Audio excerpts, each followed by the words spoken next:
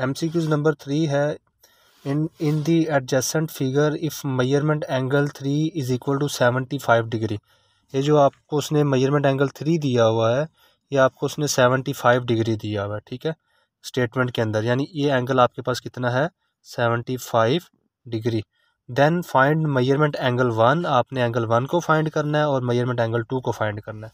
ये भी सेम उसी तरह है, आपको पता है ये सर्कल के सेंटर पे लाई कर रहा है, तो ये है सेंट्रल एंगल, ठीक है। और ये जो सी वाला एंगल है ये आपको पता है कहाँ पे लाई कर रहा है, सरकमफेरेंस पे, तो ये है सरकम एंगल। तो अभी आपने पढ़ा कि central angle is equal to 2 times of circum angle. Central angle is equal to 2 times of circum angle. हम मुझे ये बताएं कि आपका जो सेंट्रल एंगल है वो क्या है, नंबर 3, और उसने स्टेटमेंट के अंदर आप देखेंगे तो उसने बोला है कि angle 3 is equal to 75 degree.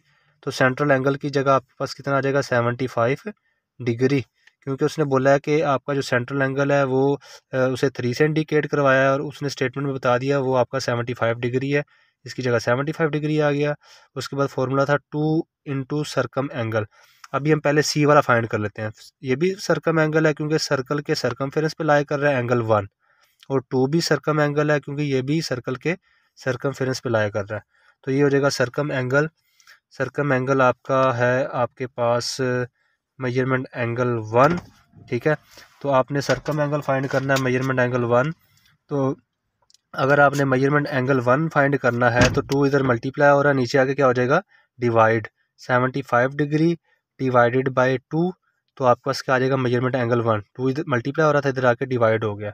तो अगर आपने 75 को इससे डिवाइड करेंगे तो आपके पास आ जाएगा 37.5 डिग्री, 37.5 डिग्री, या उसने लिखा हुआ है 37.5, उस ये भी 37.5 डिग्री और ये भी 37.5, ये हमारे पास आ गया एंगल 1। अब इसी तरह एंगल 2 फाइंड करते हैं। तो सेम वही चीज़ है, central angle, C for central, A for angle, short form में लिख रहा हूँ, is equal to 2 times of circum angle, circum angle, ठीक है।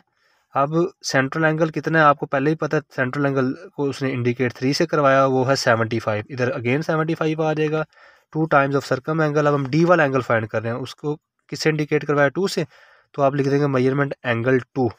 तो 75 डिग्री, सेम उसी तरह 2 इधर मल्टीप्लाई इधर आके डिवाइड हो जाएगा, तो एंगल 2 भी आपके पास 37.5 आ जाएगा, जिसने उस डिग्री, और उसने लिखा हुआ है ऑप्शन में, आपकी पहली ऑप्शन में लिखा हुआ है option A is a correct option, क्योंकि उसमें लिखा हुआ है 37.5 डिग्री, पहला एंगल भी वही है और दूसरा भी